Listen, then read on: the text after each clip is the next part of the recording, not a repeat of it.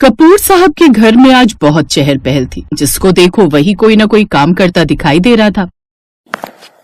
2 बार बोल चुकी हूँ, 1 कप चाय बना लाओ। अरे नीलम बहू, आज चाय तुम खुद बना लो। रामू को हमने दूसरे काम दे दिए हैं। तुम्हें तो पता है शिवम गौरी को लेकर बस पहुंचने ही वाला है। गौरी बहू का कमरा साफ करवा रही हूँ। हॉस्पिटल से वो लोग वापसी के लिए बस निकल ही चुके हैं। मम्मी ये देखो बलून्स कैसे रहेंगे भाभी के वेलकम के लिए। बहुत सुंदर है रश्मि बिटिया। चल मैं जरा गौरी के लिए बढ़िया बढ़िया खाने की चीजें बना लूं। ऐसे दिनों में बहू की पसंद का ख्याल रखना बहुत ही जरूरी है। कोई बताएगा कि आखिर ये सब हो क्या रहा है? मुझे तो कुछ समझ ही नहीं आ रहा। नीलम, तुम्हें तब समझ आएगा ना जब तुम बिस्तर से सोकर उठोगी। निर्मला, ये लो, तुमने लड्डू के जो डिब्बे मंगवाए थे ले आया हूँ। मंदिर किस समय चलना है? बस शिवम और गौरी आ जाए फिर सब साथ में ही मंदिर चलेंगे। दोनों को मंदिर ले जाना भी बहुत जरूरी है ताकि इतने सालों बाद जो इस घर में खुशी आ रही है उस खुशी को किसी की नजर ना लगे। अरे अरे, लगता है वो लोग आ गए। रश्मि, आरती की थाली ले आ जल्दी। हाँ मलाई। ये लो। कपूर खानदान कई सालों से जिस खुशी के लिए कामना कर रहा था, आज वो प्रार्थनाएं भगवान ने सुन ली थी। कपूर खानदान में कई सालों बाद बच्चा होने जा रहा था। कपूर साहब के 2 बेटे अरुण और शिवम, बड़े बेटे अरुण की शादी को 15 साल से ऊपर हो चुके हैं, पर अब तक इतना इलाज करने के बाद भी बड़ी बहू नीलम की गोद नहीं भरी। छोटे बेटे शिवम की शादी को भी 5 साल हो चुके हैं। अब खानदान में इतने सालों बाद पहला बच्चा होने जा रहा है तो सबकी खुशी का ठिकाना नहीं है। पर नीलम के मन में खुशी की जगह ईर्ष्या है, क्योंकि खानदान का पहला बच्चा उसकी कोख से नहीं बल्कि देवरानी की कोख से जन्म ले रहा है। जीती रहो बहू, भगवान तुम्हें और आने वाले बच्चे को लंबी उम्र दें। अब तुम्हें अपना और अपने होने वाले बच्चे का पूरा ख्याल रखना है। आखिर इस खानदान का पहला बच्चा होने जा रहा है। ये हमारे खानदान के लिए बहुत ही सौभाग्य की बात है। माँ जी, ये सब भगवान जी और आप सभी बड़ों के आशीर्वाद से ही संभव हुआ है। मैं अपना और बच्चे का पूरा ख्याल रखूंगी। माँ, गौरी को बहुत भूख लगी है। मैंने बाजार का कुछ खाने के लिए मना कर दिया। मुझे लगा बाजार का नुकसान न दे, इसलिए रास्ते में हमने कुछ खाया नहीं। बिल्कुल सही किया बेटा, मैंने खाना बना रखा है। बस तुम लोग हाथ मुंह धो लो, मैं रामू से कहकर खाना लगवाती हूँ। यहाँ सुबह की चाय तक नसीब नहीं हुई और इस महारानी के लिए बढ़िया बढ़िया खाना बनाया जा रहा है। ये सब अधिकार मेरे थे, मुझे मिलने थे, पर मेरी फूटी किस्मत की मैं माँ नहीं बन पाई। भैया भाभी, आप दोनों मुझे आशीर्वाद नहीं देंगे? हाँ, क्यों नहीं देंगे। आखिर में ताऊ और नीलम ताई बनने वाली है। नीलम, गौरी को अपना आशीर्वाद दो। मैं कोई भगवान थोड़ी हूँ जो मेरा आशीर्वाद लगेगा। अगर मेरा आशीर्वाद लगता तो मैं खुद को ही आशीर्वाद ना दे देती। ऐसे इतने साल से बांझ न घूम रही होती। नीलम गुस्से से रसोई में गई और रामू पर चिल्लाने लगी। रामू उस समय गौरी के लिए खाने की थाली लगा रहा था। क्या बात है, मैंने सुबह से चाय मांगी थी तो तूने दी नहीं। अब छोटी के लिए तू थाली सजा कर ले जा रहा है।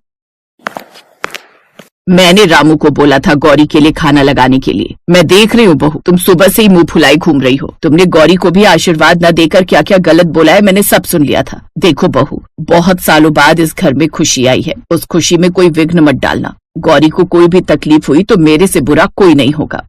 सास की बातों का नीलम पर कोई असर नहीं हुआ। जब सब घर में गौरी की केयर करते तो नीलम जल भुन जाती। माँ जी बस और नहीं, पेट भर गया। बहू, तुम्हें पता भी है जब मैं माँ बनने वाली थी तो दुगना खाती थी ताकि पेट में पल रहे बच्चे को पोषण मिल सके और बच्चा हृष्ट पुष्ट तंदुरुस्त पैदा हो। ये सारे फल जल्दी से खत्म करो। मैं शाम को तुम्हें आटे का हलवा भी बना कर दूंगी और दूध भी रोजाना पिया करो। साथ ही टाइम से अपनी दवाइयाँ और इंजेक्शन ले रही हो ना? जी माँ जी। बहू, तुम्हारा 7वां महीना कौन सी तारीख को लग रहा है? हमें गोद भराई की रस्म का फंक्शन भी तो रखना है। माँ जी, 7वां महीना परसों लग गया है। लग गया है? फिर तो गोद भराई के लिए तुरंत ही तैयारियां शुरू करनी होगी। मैं घर में सबसे बात करती हूँ। घर में गोद भराई के फंक्शन की बातें शुरू हो गई। सभी मेहमानों को निमंत्रण भेजा गया क्योंकि कपूर खानदान में बच्चे के आने की खुशी सभी मेहमानों को थी। माँ, भाभी के लिए ये ड्रेस कैसी रहेगी? मैंने देखा है आजकल ये लॉन्ग ड्रेस बहुत चल रही है। इसमें भाभी का पेट भी नहीं दबेगा। बहुत आरामदायक है ये लॉन्ग ड्रेस। कितनी समझदार हो गई है मेरी बच्ची। माँ, समझदार तो होना ही पड़ेगा। आखिर बच्चे के सुसु पोटी यही तो साफ करेगी। शिवम रश्मि को चिढ़ाने लगा। माँ, वैसे डायपर पहना दिया करेंगे, फिर तो सुसु पोटी नहीं लगेगा ना? रश्मि की बात सुनकर सब जोर जोर से हंसने लगे। भाई, पोते का सुसु तो दादा के लिए अमृत के समान है। मैं तो उसे कहूँगा तू भिगो दे दादा के कपड़े। हाँ। तभी बीच में नीलम ने कटाक्ष करते हुए कड़वी बात कह दी। पता थोड़ी है पोता होगा या पोती, या फिर हुआ ही नहीं बच्चा पैदा। नीलम ने बहुत ही ज्यादा घटिया बात कह दी जिससे अरुण को गुस्सा आ गया। जैसे ही वो नीलम को चाटा लगाने लगा तभी ससुर ने उसका हाथ रोक दिया। क्या बोली? अरुण बेटा, नीलम शायद इसी वजह से हम आज तक बे औलाद हैं, क्योंकि तुमसे अपनों की खुशी बर्दाश्त नहीं होती। सबके हंसते चेहरे नीलम की हरकत से उदास हो गए। छोड़ो, सब अपना अपना मूड ठीक करो। हमारे खानदान का पहला बच्चा है, हम उदास चेहरों से बहू की गोद भराई नहीं करेंगे।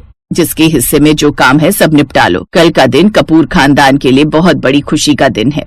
सब मिलकर अगले दिन होने वाले गोद भराई के फंक्शन की तैयारियों में लग गए। नीलम को अरुण की बात इतनी बुरी लग गई कि वो उसी रात गौरी को मारने के लिए रसोई में उसके लिए निकाले गए दूध में जहर मिलाने जाने लगी। तभी उसने गौरी और शिवम की कमरे से आती बातों की आवाज सुन ली। क्या ये तुम क्या कह रही हो गौरी? तुम अपना पहला बच्चा भाभी को दे दोगी? पर क्यों?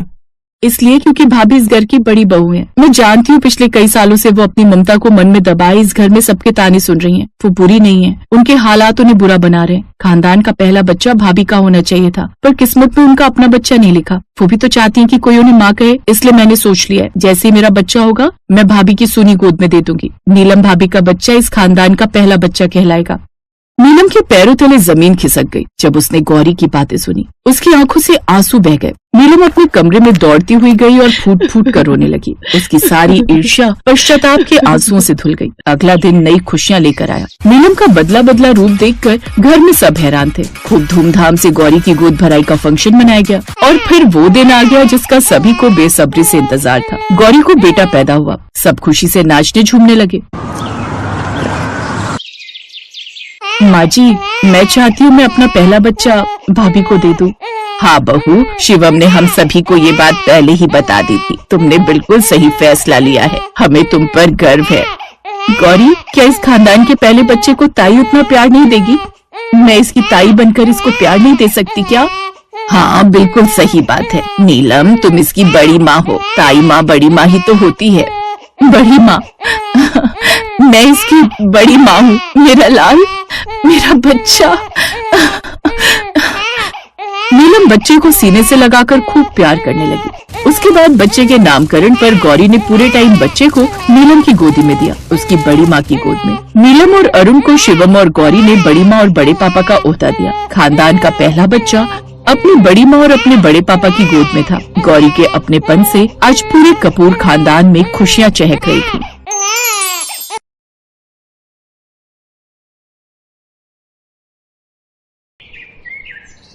गायत्री की दो बहुएं थी। बड़ी बहू पारुल जो कि गरीब घर से थी और छोटी बहू हिमानी जो कि अमीर परिवार से थी। गायत्री की दोनों ही बहुएं गर्भवती थी और दोनों को ही 8 महीने पूरे हो चुके थे। इस खुशी में गायत्री ने अपनी दोनों बहुओं की गोद भराई की रस्म रखी थी। उन दोनों के मायके वाले उनके लिए तोहफे लेकर आते हैं। जहाँ हिमानी की अमीर माँ गरीब बहू पारुल की गरीब माँ को गरीबी का ताना कसते हुए कहती है, ये क्या, अपनी बेटी की गोद भराई में तुम ये क्या 1 किलो का घी का डिब्बा लेकर आ गई? भला ये कोई तोहफा होता है? एक मुझे देखो, मैं अपनी बेटी के लिए सोने का हार, महंगे कपड़े, ढेर सारी मिठाइयों और फल फ्रूट्स लेकर आई हूँ। तुम्हारी तरह नहीं, 1 किलो घी उठाया और आ गई बेटी की गोद भराई में। क्या माँ, तुम भी इन गरीबों को ये सब बता रही हो? फिर उन दोनों की सास गायत्री बोली, ये सब बातें छोड़िए ना बहन जी और यहाँ आकर बैठ जाइए, मैं अभी कुछ नाश्ता पानी लाती हूँ। कुछ देर बाद उनकी गोद भराई की रस्म होती है, जहाँ अमीर रमोला सिर्फ अपनी बेटी के लिए तोहफे लाई थी। वहीं गरीब लता अपनी बेटी पारुल के साथ साथ उसकी देवरानी हिमानी के लिए भी घी लेकर आई थी। ले बेटी, ये घी तेरे लिए। गैया जो रोज रोज थोड़ा थोड़ा दूध देती है, उसी के माखन का घी बनाना शुरू कर दिया था तुम दोनों के लिए जब से ये खुशखबरी मिली थी। नहीं नहीं नहीं नहीं, मैं ये लोकल घी नहीं खाती, बल्कि ब्रांड का ही घी खाती हूँ। मुझे नहीं खाना ये, आप इसे ले जाइए। अच्छा देखो, ये मैं तुम्हारे होने वाले बच्चे के लिए मॉल से महंगे कपड़े और ये खिलौने लेकर आई थी। ओ माँ, लेकिन इन सब की क्या जरूरत थी? अरे मेरी बेटी का पहला बच्चा है तो इन सब की जरूरत कैसी नहीं थी? पारुल बेटा, मैं तुम दोनों के लिए ये गोंद के लड्डू बना कर लाई थी। इस हालत में ये खाना सेहत के लिए अच्छा होता है। हिमानी बेटी, तुम भी खा लेना। नहीं नहीं नहीं नहीं, मैं ये सब नहीं खाती। ठीक है बेटी, जैसा तुम्हें ठीक लगे। वैसे पारुल बेटी, इस हालत में भी घर के काम करती रहना, इससे हमारा शरीर ज्यादा ठीक हो जाता है और बच्चा होने में आसानी होती है। यही बात तो मैं दोनों बहुओं को समझाती हूँ बहन जी, लेकिन मेरी बेटी को काम करने की कोई जरूरत नहीं है। तुम तो बेटी बस आराम करना। माँ, तुम कितनी अच्छी हो, मुझे कितना समझती हो। नहीं तो मेरी ये सास तो हर वक्त मेरे पीछे ही पड़ी रहती है कि बहू ये कर ले, वो कर ले। तू चिंता मत कर, तेरी माँ अमीर घर की है, मैं तुझे किसी भी चीज की कमी नहीं होने दूंगी। इसी तरह खट्टी मीठी नोक-झोंक के साथ दोनों बहुओं की गोद भराई हो जाती है और सब मेहमान वापस चले जाते हैं। कुछ दिन बाद रमोला अपनी बेटी के लिए ट्रक भरकर सामान भिजवाती है, जिसमें बच्चे का पालना, उसके कपड़े, खिलौने और अलमारी जैसी खूब सारी चीजें होती हैं। अपने अमीर मायके का ये रुतबा देख अब हिमानी और भी घमंड में रहने लगती है। वो घर के किसी काम को हाथ नहीं लगाती, जबकि गरीब बहू पारुल अभी भी घर के सारे काम अकेले ही करती है। मेरी बड़ी बहू भी गाय है गाय, जेठानी होकर भी सारा काम खुद ही करती है। और एक मेरी वो अमीर बहू, उसे तो आराम करने से ही फुर्सत नहीं है। सारा दिन ऐसे ही बिस्तर पर पड़ी रहती है जैसा बच्चा जन्ने वाली है इस दुनिया की पहली औरत है। ऐसे कुछ दिन बीत जाते हैं और एक रोज, माँ जी मुझे बहुत दर्द हो रहा है, लगता है समय आ गया अस्पताल जाने का। तू चिंता मत कर बहू, मैं अभी अशोक को फोन कर देती हूँ, हम तुझे अस्पताल लेकर चलते हैं। कुछ देर बाद उसे सरकारी अस्पताल ले जाया जाता है, जहाँ वो नॉर्मल डिलीवरी से एक बेटे को जन्म देती है। फिर अगले दिन हिमानी को भी लेबर पेन शुरू हो जाता है। सास उसे सरकारी अस्पताल लेकर जाती है, जहाँ वो सरकारी अस्पताल को देखकर कहती है, नहीं माँ जी, मैं नहीं चाहती कि मेरा बच्चा इस बेकार से सरकारी अस्पताल में हो। नहीं, मुझे यहाँ अपने बच्चे को जन्म नहीं देना। मैं कल को फोटो सोशल मीडिया पर डालूंगी तो मेरी फ्रेंड्स क्या कहेंगी। मैं अभी अपनी माँ को फोन करती हूँ, वही मुझे प्राइवेट हॉस्पिटल ले जाएगी। नहीं, मैं अंकुर को बोलती हूँ, वो वहाँ से अकाउंट में पैसे भेज देगा, तेरी डिलीवरी प्राइवेट में ही होगी। सास उसे प्राइवेट हॉस्पिटल ले जाती है, जहाँ ऑपरेशन से उसका बच्चा होता है और पूरे 1 लाख का बिल बन जाता है। दोनों बहुओं की डिलीवरी की खबर मिलते ही उन दोनों की माँ वहाँ आ जाती है, जहाँ अमीर बहू की माँ उससे मिलकर वहाँ से निकल जाती है। वही गरीब बहू की माँ गायत्री से कहती है, मैं जानती हूँ बहन जी, आपके दोनों बच्चों की देखभाल के लिए मुश्किल हो गई, इसलिए आपकी मदद के लिए मैं कुछ दिन यहीं रहूंगी। ये सुनकर गायत्री खुश होती है। अब वो दोनों बहुओं को लेकर घर आ जाती है, जहाँ नॉर्मल डिलीवरी होने के चलते पारुल आराम से अपने बच्चे को दूध पिला पा रही थी। वहीं अमीर बहू को ऑपरेशन के चलते बड़ी दिक्कत हो रही थी। ऐसे ही एक रोज उसका बच्चा पालने में रो रहा था, तभी वहाँ पारुल अपने बेटे को गोद में उठाए आती है। वो अपने बेटे को बिस्तर पर रखती है, फिर उसके बच्चे को पालने से उठाकर उसकी गोद में देती है। लो अब इसे दूध पिलाओ। हिमानी उसे दूध पिलाती है। मैं भी कैसी माँ हूँ, ऑपरेशन हुआ है तो अपने बच्चे की मालिश भी नहीं कर पा रही। तभी वहाँ उसकी सास और जेठानी की गरीब माँ भी आ जाती है। इसीलिए कहती थी बहू कि थोड़ा काम काज कर ले घर का। अगर तूने भी अपने शरीर से उस वक्त काम कर लिया होता तो आज तेरी भी नॉर्मल डिलीवरी होती और तू भी अच्छे से अपने बच्चे का ध्यान रख पाती। खैर कोई नहीं, तुम चिंता मत करो बेटी, मैं हूँ ना, अब मैं तुम्हारे बच्चे की मालिश भी कर दिया करूँगी। मुझे माफ कर दीजिए, अगर मैं उस वक्त माँ जी आपकी बात सुन लेती तो आज मेरी भी नॉर्मल डिलीवरी होती। कुछ दिन बाद रमोला अपनी बेटी से मिलने आती है तो हिमानी उसे अच्छे से सुनाती है, कोई जरूरत नहीं है माँ ये सब नाटक करने की। जब मुझे तुम्हारी जरूरत थी तब तुम कहाँ थी? उस वक्त तो आप अस्पताल से देखते ही ऐसे भाग गई कि कहीं आपको और भाभी को मेरी और मेरे बच्चे की सेवा न करनी पड़े। और आज जब मैं और मेरा बच्चा एकदम ठीक हो गए तब आप आई हैं 2 महीने के बाद। अब आपके इस झूठे प्यार की जरूरत नहीं है हमें। अब रमोला को अपनी गलती का एहसास होता है और वो सबसे माफी मांगती है। अब वो अपनी अमीरी का घमंड नहीं दिखाती। अब अमीर बहू भी अपनी गरीब जेठानी के साथ खुश